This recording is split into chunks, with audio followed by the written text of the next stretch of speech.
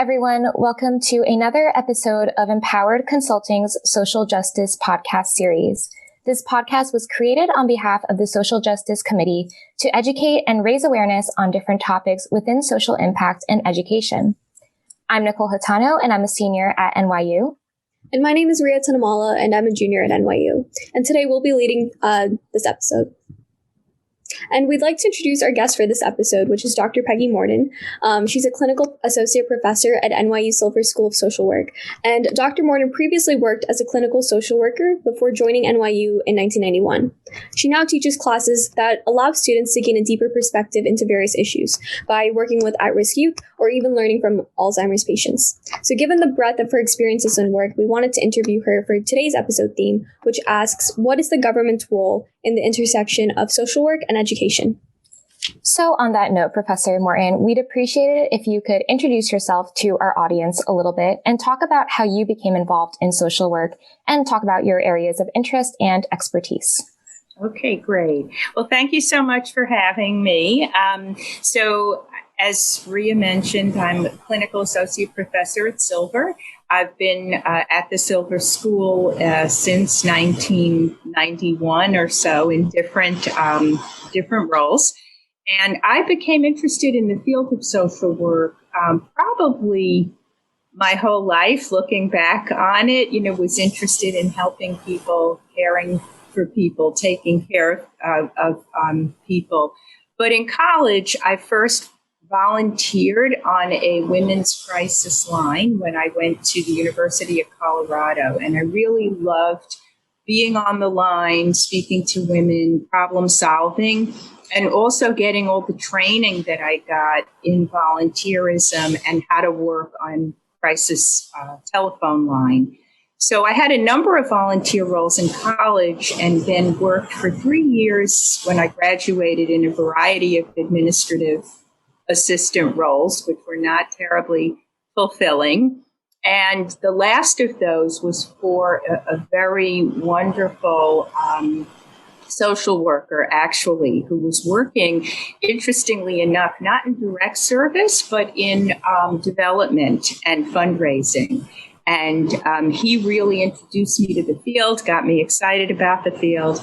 And from there, I enrolled in an MSW program at Hunter, not at NYU, but I was at Hunter College and started working when I graduated, worked with youth and adolescents and families, and then made a complete switch and worked in gerontology, hospice and end-of-life care. And that was more where I put my efforts in the field, was into geriatric care, which I always point out to students is wonderful thing about the social work profession is that you can do so many different things. And so during that time, I also trained to be a psychotherapist. So I had a private practice for about 10 years while I worked in agency life as well.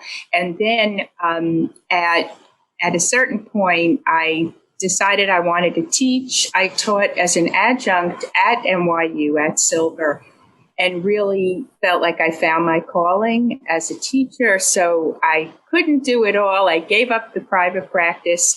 I gave up agency work eventually.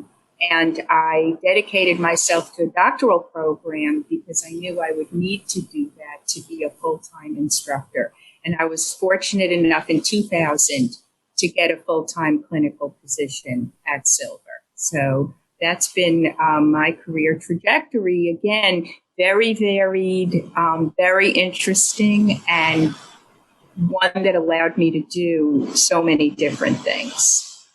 Yeah, thank you for sharing. And I think it's really exciting to see that you have done a lot of different roles and have a lot of different experiences, and that after graduating undergrad, you don't always have to figure out what exactly you want to do and that your path can change. That's at least good for me to know because I don't know what I want to do yet. Absolutely.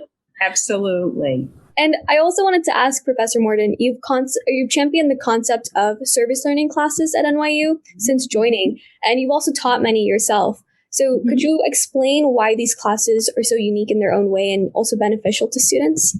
Yes, absolutely. So service learning has been sort of my pride and joy at NYU. I did start the first one at Silver in 2007, never knowing that it was going to blossom into, a really popular, really wonderful opportunity for students. What's so unique about it is that just as its name implies, students get to do the service or the volunteering, which they'd probably be motivated to do anyway, but they get the benefit of a course alongside the service. And that's a benefit both practically, credit-wise, right, to credit course, but it's also that they are getting the benefit of content that helps them understand the work that they're doing. And so the participants that they're working with also benefit because the students are better informed,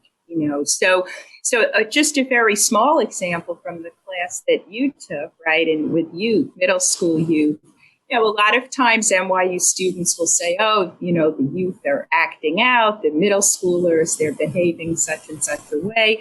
And then in the classroom, we talk about what is it about this age and this age group and these youth that might affect the way they behave. And once you understand that, you have a lot more patience for the kids, a lot more empathy.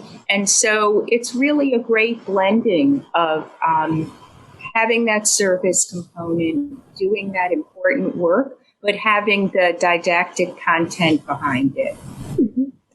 That makes total sense. I think my relationship and understanding of the kids from that first time volunteering to the end, totally different. And I think having that information we learned in class with me also allowed me to better interact with them and know the context of what I was saying or the context of what I was doing. So definitely love the class, and I hope to take another one again if I can. Yeah, you'll have to switch to the other end of the life cycle. Exactly.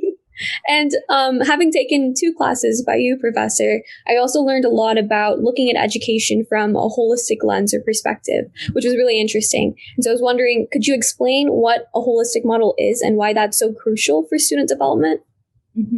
Absolutely. So a holistic model is again, sort of what it says, right? We look at the whole person, holistic whole person.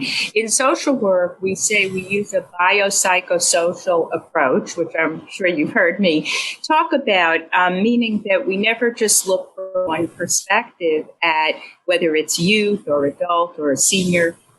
We look from multiple perspectives. And if you think about this in relation to education, if you want to educate a child adequately, you have to understand much more than their learning needs. You have to understand their social emotional needs, their familial context, their environmental situation. And so if you have a child who is food insecure, for example, or homeless, or has a disability or a medical illness, or has witnessed some sort of family trauma or racial injustice, they're going to have probably issues learning that go way beyond their educational capacity. So we always talk about looking at the whole context and then trying to determine the best place to intervene, because you can miss the boat completely if you don't identify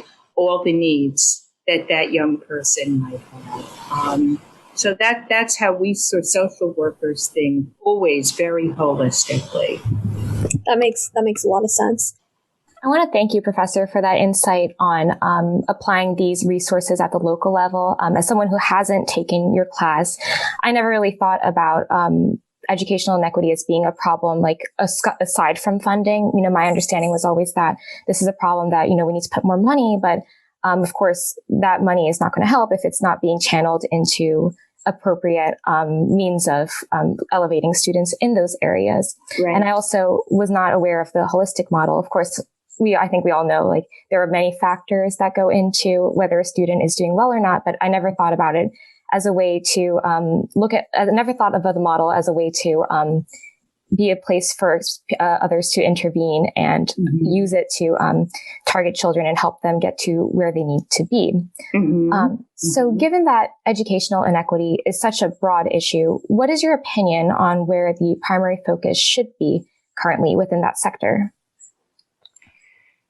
Well, I think the focus has to be on reallocating resources in a more equitable and distributive way. I mean, there is such, as you are aware, I'm sure, tremendous disparity between, what students have access to, the kind of education they get, the funding in terms of tax dollars. The poorest schools receive less money than well-off schools, right? Because they don't have the tax base that a lot of higher income, communities have. So I think that resources have to be reallocated. I think school districts are terribly segregated by race, by income. You don't have, at least in New York, again, I'm speaking New York City wise, you don't have a very big mix of populations. And I think that all youth should be entitled to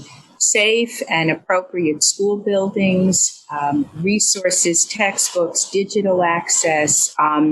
There's no reason in the world, from a fairness point of view, that all kids shouldn't be entitled to the same things.